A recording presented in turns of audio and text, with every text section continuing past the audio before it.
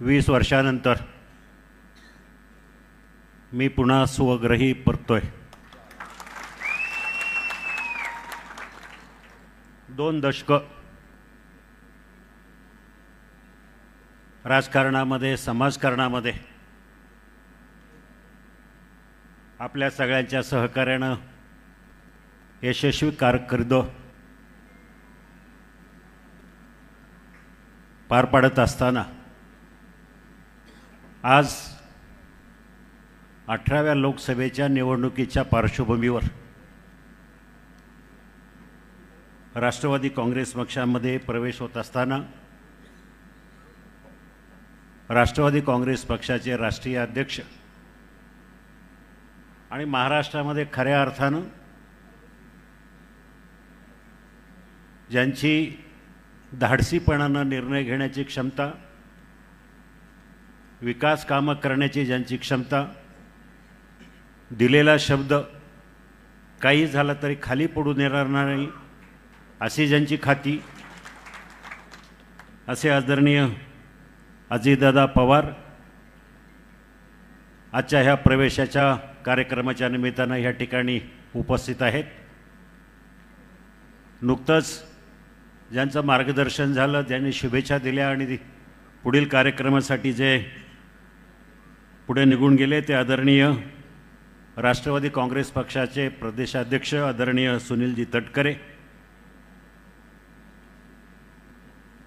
ह्या विधानसभा मतदारसंघामध्ये खऱ्या अर्थानं 20 वर्षामध्ये ज्यांनी आंबेगाव तालुक्याचा विकास काय असतो हे सगळ्या महाराष्ट्राला दाखवून दिलं आणि ज्यांचा मी विरोधी पक्षात असताना, त्यांच्या विरोधात असताना वेळोवेळी जाहीरपणे कबुली दिली की तालुक्यामध्ये जे काय महत्त्वाचे प्रकल्प झाले ते आदरणीय दिलीपरावजी वळसे पाटील यांच्यामुळे, आणि मी अभिमानानं सांगत आलो की ज्यांनी उच्च तंत्र शिक्षण मंत्र्याचा पदाचा कारभार करत असताना तालुक्याला मोठी देणगी दिली ती इंजिनिअरिंग कॉलेज आणि पॉलिटेक्निकच्या रूपानं। गृहमंत्रीपदाची जबाबदारी त्यांच्यावर राज्याची पडली आणि तालुक्याला न्याय दिला आणि मंचरचं पोलीस स्टेशन, घोडेगावची पोलीस कर्मचारी वसाहत आणि अन्य पोलीस स्टेशन्स असे आदरणीय दिलीपरावजी वळसे पाटील माझे खऱ्या अर्थानं जवळचे मित्र दिलीपरावजी वळसे पाटील, दिलीपरावजी मोहिते पाटील। तसं माझं त्यांचं काही मतभेद असण्याचं काही कारण नाही। त्यांचा राजकीय जन्म जिथून झाला तसाच मी सुद्धा त्या पक्षामध्ये 20 वर्ष काम होतं। खरं म्हणजे राजकारण करत असताना समोरासमोर असल्यावर काहीतरी भांडं लागतंच, पण राजकारणाची समीकरणं बदलल्यानंतर सगळं काय विसरून आपण एक दिलानं नवीन समीकरणाशी जुळून घेतो आणि त्याप्रमाणे काम करतो।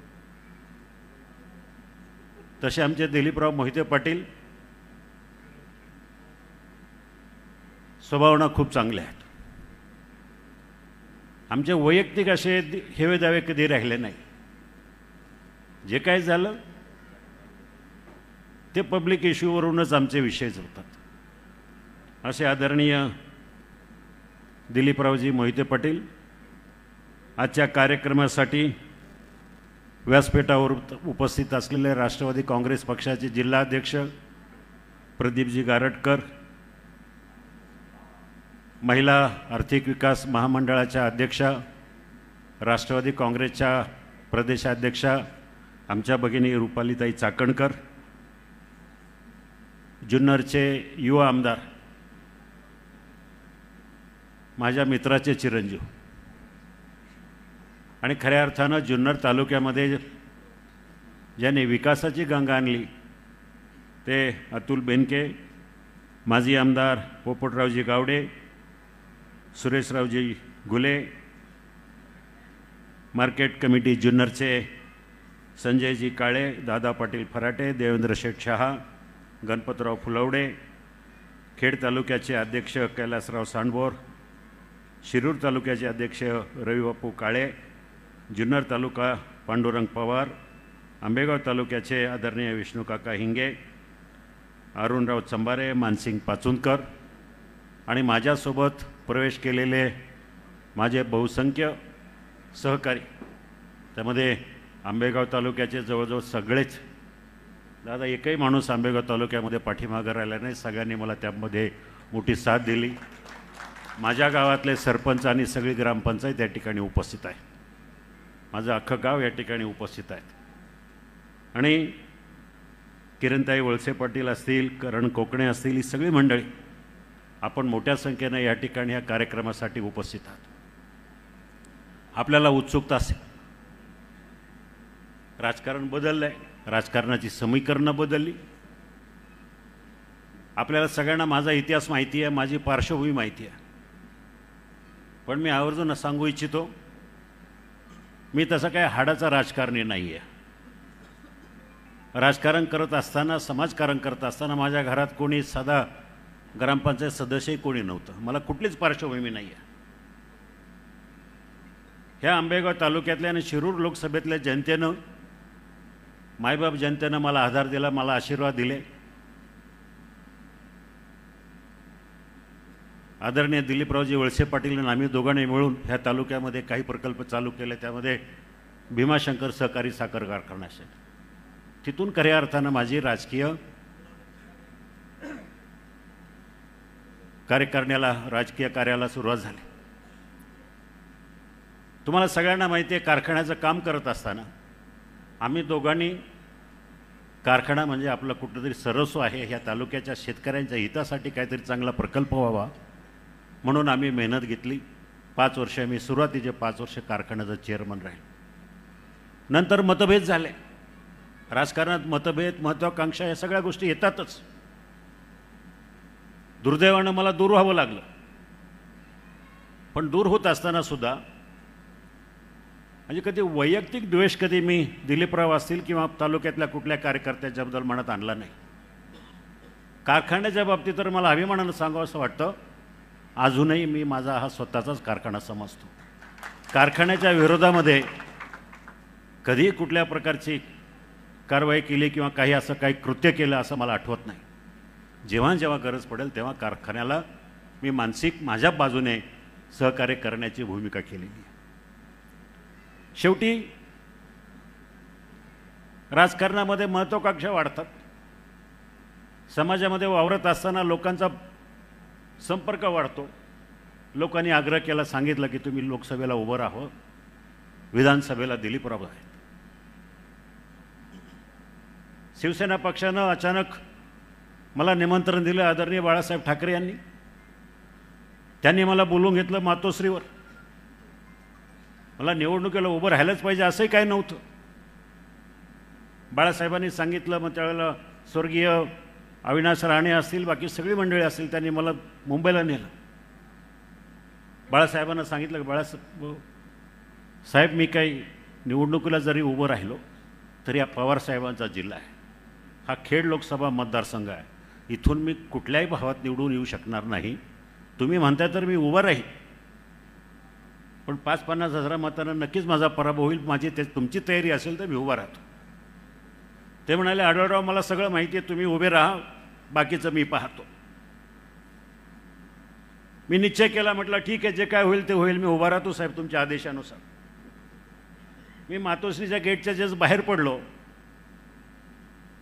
मला बाळासाहेबांनी बोलवून घेतलं परत की आढळराव आता कुठंच चाललेत. म्हटलं साहेब माझं घर आहे इथं पवईला, मी माझी बॅग पॅक करतो आणि गावाला जातो, उद्यापासून कामाला सुरुवात करतो. साहेब म्हणाले, तुमच्या मंडळीला सांगा 2 बॅग भरून ठेवा, एक दिल्लीची आणि एक तुमची गावाची. इतका आत्मविश्वास त्या व्यक्तीनं मला दाखवला. आणि तिथून जे मी सुटलो तर अवघ्या 35 दिवसामध्ये मतदानाला सामोरं गेलो. 35-40 दिवसामध्ये. त्यावेळेला मला खेड लोकसभा मतदारसंघ माहिती नव्हता. मुळशीमध्ये मी आयुष्यात कधी गेलोय नव्हतो, भोरवेला कधी पाहिला नव्हता, पण लढायचं म्हणून लढलो. लोकांमध्ये उत्सुकता राहिली की आढळराव कोण आहे. लोकांना वाटलं की उद्योगपती आहे. मी मावळच्या मावळ, मुळशी, भोर, वेल्हा दऱ्याखोऱ्यामध्ये फिरलो, प्रचार करत राहिलो. पण कधी मनात वाटलं नाही रुपालीताई की मी निवडून येईल, मी खासदार होईल, असं कधी मनात अपेक्षा ठेवली नव्हती. लढायचं म्हणून लढायचं. आणि मला आठवते ते मंतरलेले दिवस होते, माझी पहिली निवडणूक. अक्षरशः दऱ्याखोऱ्यामध्ये रानावनामध्ये फिरत असताना लोकांची साथ मिळत गेली. आणि ज्या वेळेला मतदान झालं, मतदानाच्या मतमोजणीच्या दिवशी मला पोलीस कमिशनरनं आदल्या दिवशी रात्री फोन केला की उद्या तुमच्या गावी जायचा रस्ता कुठला. मला काही कळेना. मी म्हटलं अशा रस्त्यानं जाणार आहे. मतमोजणी चालू झाली आणि मतमोजणी चालू झाल्यानंतर काही वेळानं कळलं की मी आता निवडून येऊ शकतो. त्यावेळेला मला त्या पोलीस कमिशनरच्या फोनची आठवण झाली की त्याला कळालं होतं की मी निवडून येणार आहे. ही अशी माझी पहिली निवडणूक खऱ्या अर्थानं माझ्या आयुष्यातली न विसरणारी निवडणूक होती. तिकडची लोकही तेवढी प्रेमळ होती. पहिली निवडणूक जिंकलो. दुसरी निवडणूक 2009ची, नवीन मतदारसंघ, पुन्हा नवीन मतदारसंघ, अनोळखी मतदारसंघ, शिरूर तालुका, हवेली, हडपसर, भोसरी. पुन्हा तिथे फिरत राहिलो. कारण माझ्या पहिल्या टर्ममध्ये दादा मी इतका गावोगावी फिरलो, असं एकही गाव मतदारसंघामध्ये सोडलं नाही खेड तालुक्यातल्या, खेड लोकसभा मतदारसंघातल्या की जिथं मी पोचलो नाही. जिथं 15 घरांची वस्ती आहे अशा घराघरामध्ये मी पोचलो. मुळशीमध्ये मी जायचो दौऱ्यावर विकास कामाच्या. त्यावेळेला रात्री 12-12:30 वाजता शरद ढमाल्याबरोबर तामिनी घाटाच्या त्या गावांमध्ये फिरायचं. रात्री 1 वाजता कुठं कातकऱ्यांच्या घरी जेवण करायचं. 1च्या नंतर मी गाडीत बसून ज्यावेळेला पुढच्या सीटवर बसून इकडं मंचरला यायला निघायचो त्यावेळेला झोप लागायची गाडीत पहिल्या सीटवर बसलेलो. घाटातलं म्हटलं गाडी इकडनं तिकडनं वळायची, मध्येच ब्रेक मारायचा माझा ड्रायव्हर. ब्रेक मारल्यानंतर झोप उडायची आणि नंतर मला वेळ लागायचा 5 मिनटं हे ठरवायला की मी कुठं चाललो आहे, आज कुठल्या गावात गेलो आहे, कुठं आहे मी, मुंबईला चाललो आहे की मंचरला चाललो आहे की पुण्याला चाललो आहे. इतका प्रचंड प्रवास केला आणि त्यामुळं मला दुसऱ्या निवडणुकीमध्ये खऱ्या अर्थानं 1,80,000 मतांनी निवडून आलो. पहिली निवडणुकीला फक्त 30,810 मताचं माझं मताधिक्य होतं. दुसऱ्या निवडणुकीला 1,78,000 मतांनं निवडून आलो. भोसरीमध्ये जिथं माझा काही परिचय नसताना सुद्धा 27,534 मताचं मताधिक्य आघाडी मला भोसरीमधून मिळालं. सांगण्याचा उद्देश आहे की मनापासून कामाला सुरुवात केली.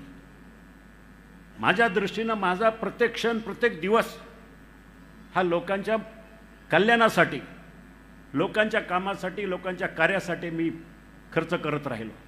मी प्रपंच बघितला नाही, धंदा बघितला नाही, व्यवसाय बघितले नाही, तब्येत बघितले नाही. रात्रंदिवस फक्त लोकांमध्ये राहायचं.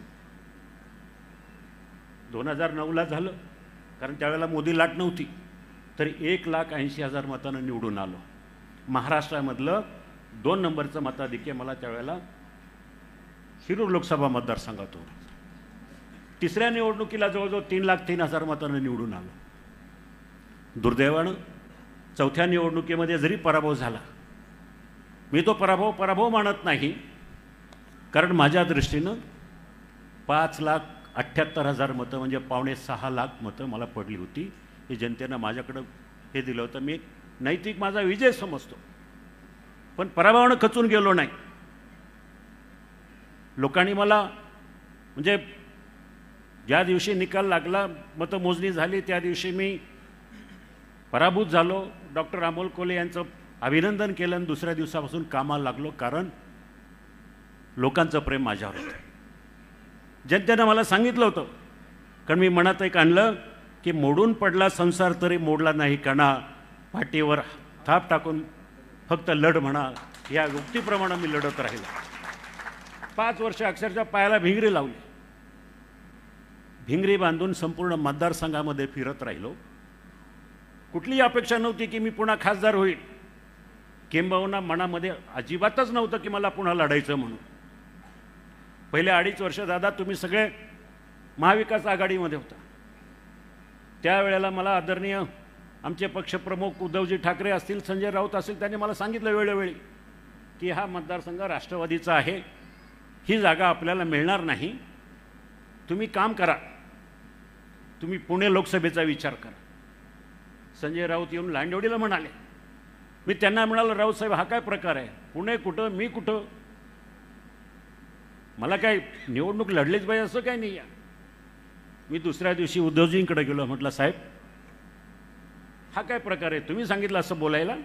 ते म्हणाले हो मी म्हणालो आपण काँग्रेसबरोबर बोलणार आहोत, तुम्ही काम करताय म्हणून तुम्हाला पब्लिकमध्ये राहिलं पाहिजे. म्हटलं अजिबात नाही.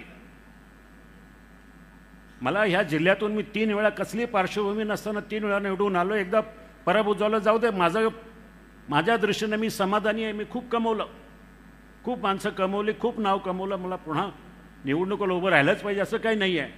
फक्त मला तुम्ही ताकद द्या माझ्या शिवसैनिकांबरोबर मला राहण्याची, त्यांच्या हे करण्यासाठी. ऐकलं नाही. ठीक आहे, दुर्दैवानं सुदैवानं राजकीय समीकरणं बदली, राजकीय स्टेप सगळ्या बदलल्या. आणि जेव्हा एकनाथभाई शिंदे आणि देवेंद्रजी मुख्यमंत्री आणि उपमुख्यमंत्री झाले तेव्हा नंतर खऱ्या अर्थानं मला ह्या मतदारसंघासाठी एकनाथजीनं सांगितलं की बाबा तुम्ही कामाला लागा, तुम्हाला लढायचं आहे. त्यांनी मला शब्द दिला, तुम्हाला पाहिजे ती ताकद देतो, तुम्ही लोकांमध्ये जा, लोकांमध्ये पोहोचा. 15 वर्षामध्ये मला जेवढा निधी पूर्वी मिळाला नाही मी खासदार असताना, तेवढा निधी मला 15 ते 16 महिन्यामध्ये एकनाथभाई शिंदे यांच्या माध्यमातून मला विकास कामं करण्यासाठी मिळाली. कामाची संख्या भरपूर आहे. जवळजवळ 1,500 कोटी रुपयाचे विकास कामं मी 1.5 वर्षामध्ये करू शकलो, लोकांमध्ये पोहोचू शकलो, गावोगावी जाऊ शकलो. ही माझ्या दृष्टीनं मोठी अचिव्हमेंट होती. नंतर राष्ट्रवादी काँग्रेस पक्षाचा महायुतीमध्ये प्रवेश झाला. परत समीकरणं बदलली. आणि हे सगळं सांगत असताना आता मी तर म्हटलं ठीक आहे, मी तयारी केली आहे. पण मुख्यमंत्री साहेब म्हणाले ठीक आहे आपण बघू काय करायचं. काही दिवसांनी त्यांनी मला सांगितलं की ही जागा बहुतेक आपल्याला मिळत नाही. एकनाथभाई शिंदे असतील, अजितदादा असतील, या तिघांनी ठरवलं की महायुतीचा सहमतीचा उमेदवार म्हणून माझ्या नावाला त्यांनी पसंती दिली आणि काम करायला सुरुवात केली. माझ्या दृष्टीने ही खूप मोठी अचिव्हमेंट आहे. अजितदादांचं मी मनापासून आभार व्यक्त करेल की त्यांच्यापुढं अनेक नावांचे पर्याय उपलब्ध असतानासुद्धा त्यांनी माझ्यावर विश्वास टाकला आणि ह्या मतदारसंघामध्ये माझा प्रवेश करून घेतला. आज मला अभिमानानं सांगावंसं वाटतं की लोक टीका करते की मी पक्ष बदलला. आमच्या समोरचे मित्र जे माझ्यावर खूप प्रेम करतात गेले 5 वर्षापासून की बेडूकुड्या. आता मला त्यांना सांगायचं ही बेडूकुडी नाही. 20 वर्ष मी प्रामाणिक राहिलो धनुष्यबाणाबरोबर. आज काय मी पक्ष बदलून बेडूकुडी मारलेली नाही आहे. महायुतीची सहमतीचा उमेदवार आहे आणि आज मी राष्ट्रवादीचा उमेदवार आहे. 2च पक्ष, राष्ट्रवादी आणि धनुष्यबाण. याच्यापेक्षा माझ्या बेडूकुडे झालेलं नाही. माझ्या मित्राच्या मनसेतून शिवसेना, शिवसेनेतून राष्ट्रवादी, राष्ट्रवादीतून अजितदादा पवारांच्या बरोबर 2 दिवस राहिले. सगळं काय त्यांनी तिथं बघितलं आणि पुन्हा इकडं मध्ये भाजप हे सगळ्या गोष्टी करत राहील. सांगण्याचा उद्देश आहे की गेल्या 15 वर्षापूर्वी जी कामं मी केलेली आहे ह्या सगळ्या जगाला माहिती. माझं अहवाल पुस्तकाचं आहे इथं. पुणे नाशिक रेल्वे. आता असं सांगण्यात आलं की पुणे नाशिक रेल्वे मी सगळं केलं आहे. मला माझ्या मित्रांना विचारायचं आहे, रेल्वे हा प्रकल्प काय 2 महिन्यामध्ये, 3 वर्षामध्ये, 4 वर्षामध्ये होतो असं नाही. कोकण रेल्वेसारखा प्रकल्प संकल्पनेपासून प्रत्यक्षात उतरण्यासाठी 38 वर्ष लागली. इथं पुणे नाशिक हायस्पीड रेल्वे फक्त 2 महिन्यानंतर आला तुम्ही आणि सांगितलं की मी त्याच्यामध्ये हालचाल केली.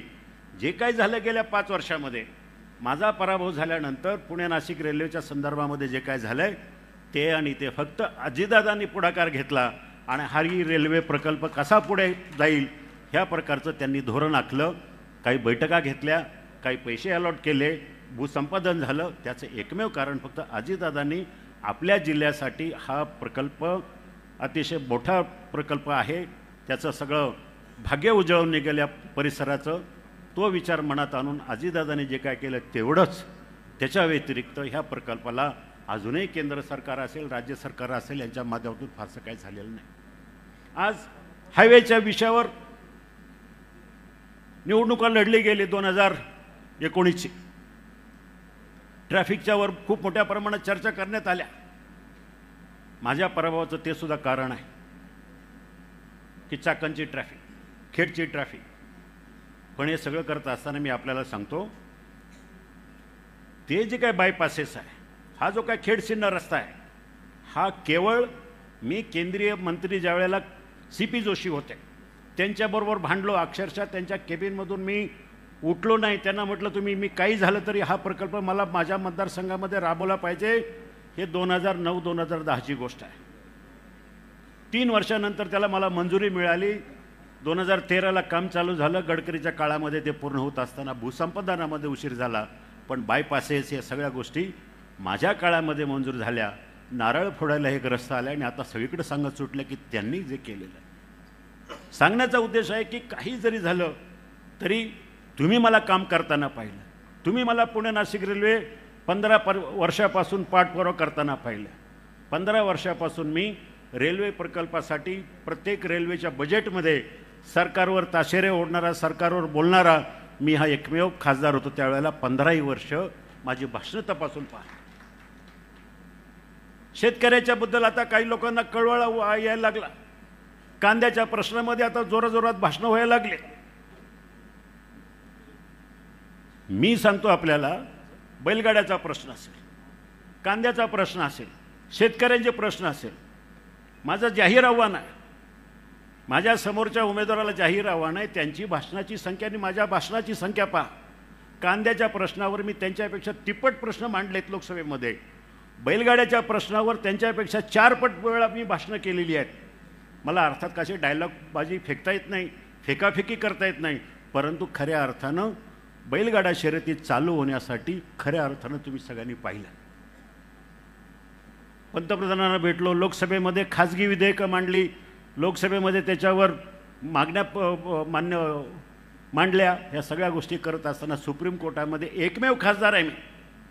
सुप्रीम कोर्टामध्ये महाराष्ट्र गव्हर्नमेंट वर्सेस शिवाजी आढळराव पाटील ही केस सुप्रीम कोर्टामध्ये अजूनही गाजलेली आहे. त्या केससाठी सगळा खर्च मी एकट्याने केला दादा. 40 लाख रुपयाचा खर्च मी एकट्याने केला आणि ती बैलगाडा केस जिंकून आणली. आज असे अनेक प्रश्न आहेत. संसद रत्न आता लोकांना फसवायला लागलं की संसद रत्न काम तर काही केलं नाही 5 वर्ष, पण असं काहीतरी भासवायचं संसद रत्न. आता संसद रत्नाच्या संदर्भात मला सांगा, मग ते मला माहिती आहे ना, मी सुद्धा 2 वेळा घेतलेले ते संसद रत्न पुरस्कार. काही नाही हो संसद रत्न. मला माहिती आहे 2015-2016ला ते चेन्नईच्या कंपनीनं मला निमंत्रित केलं, पुरस्कार दिलं. 2 वेळा बघितलं, म्हटलं यांचं काही खरं नाही. मी 3ऱ्या आणि 4थ्या वेळेला मला पुरस्कार मिळून सुद्धा मी सांगितलं की नाही, दुसरं कोणाला तरी द्या. एक खाजगी कंपनी आहे. संसद रत्न पुरस्कार काही संसदेशी संबंधित नाही, सरकारशी संबंधित नाही, कशाशी संबंधित नाही. खाजगी कंपनी 10 बाय 10च्या कंपनीमध्ये खोलीमध्ये चेन्नईमध्ये बसते आणि ते पुरस्कार वाटतात. आणि मग असा संसद रत्न टेऱ्या बडून प्रचार चालू आहे. आता मला सांगा, आमच्या श्रीरंग बारणे त्यांना 8 वेळा मिळाल्या. आता याच्यावरून ओळखा. म्हणजे सांगायचं काय की 5 वर्षात आपल्याला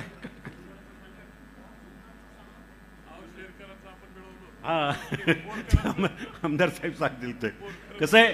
हे पुरस्काराच्या संदर्भात सोडा, परंतु संसद रत्न पुरस्कार ज्या बेसवर दिला जातो, लोकसभेतली तुमची कामगिरी काय, मला सांगायला दादा अभिमान वाटतो. माझ्या पहिल्या 5 वर्षाच्या टर्ममध्ये आणि सध्याच्या खासदाराच्या पहिल्या 5 वर्षाच्या टर्ममध्ये प्रश्नाची संख्या, डिबेटची संख्या, त्यांचे प्रश्न आहेत 621, माझे प्रश्न आहेत 1365 पहिल्या 5 वर्षांमध्ये. मी कधी बोललो नाही असं, कारण मला ते तेवढं जमत नाही बच्चनगिरी करायला. पण लोकांना माहिती आहे, लोकसभेचं रेकॉर्ड उपलब्ध आहे. ह्या सगळ्या गोष्टीच्या पार्श्वभूमीवर आता ही निवडणूक सगळ्यात महत्त्वाची आहे. मला आपल्या सगळ्यांना विनंती करायची, तुम्ही सगळ्यांनी मला पाहिलं 20 वर्ष 2 दशकं मी कधी लवाडी केली नाही, मी कधी खोटा प्रचार केला नाही, मी कधी दुसऱ्यानं केलेली कामं ते आपल्या नावावर सांगितली नाही. मी प्रामाणिकपणे दादा काम करत असताना मी असं म्हणालो नाही की मी पुढच्या काळामध्ये निवडून आल्यावर पुन्हा आपल्याकडे येऊन दादा मी माझा राजीनामा घ्या, मला वेळ नाही धंद्यामधून, असं म्हणणार नाही. कारण मी एकदा लोकांच्या सेवेचं व्रत घेतलं आहे, ते मी शेवटपर्यंत पूर्ण करेल एवढीच या ठिकाणी मी आपल्याला ग्वाही देतो.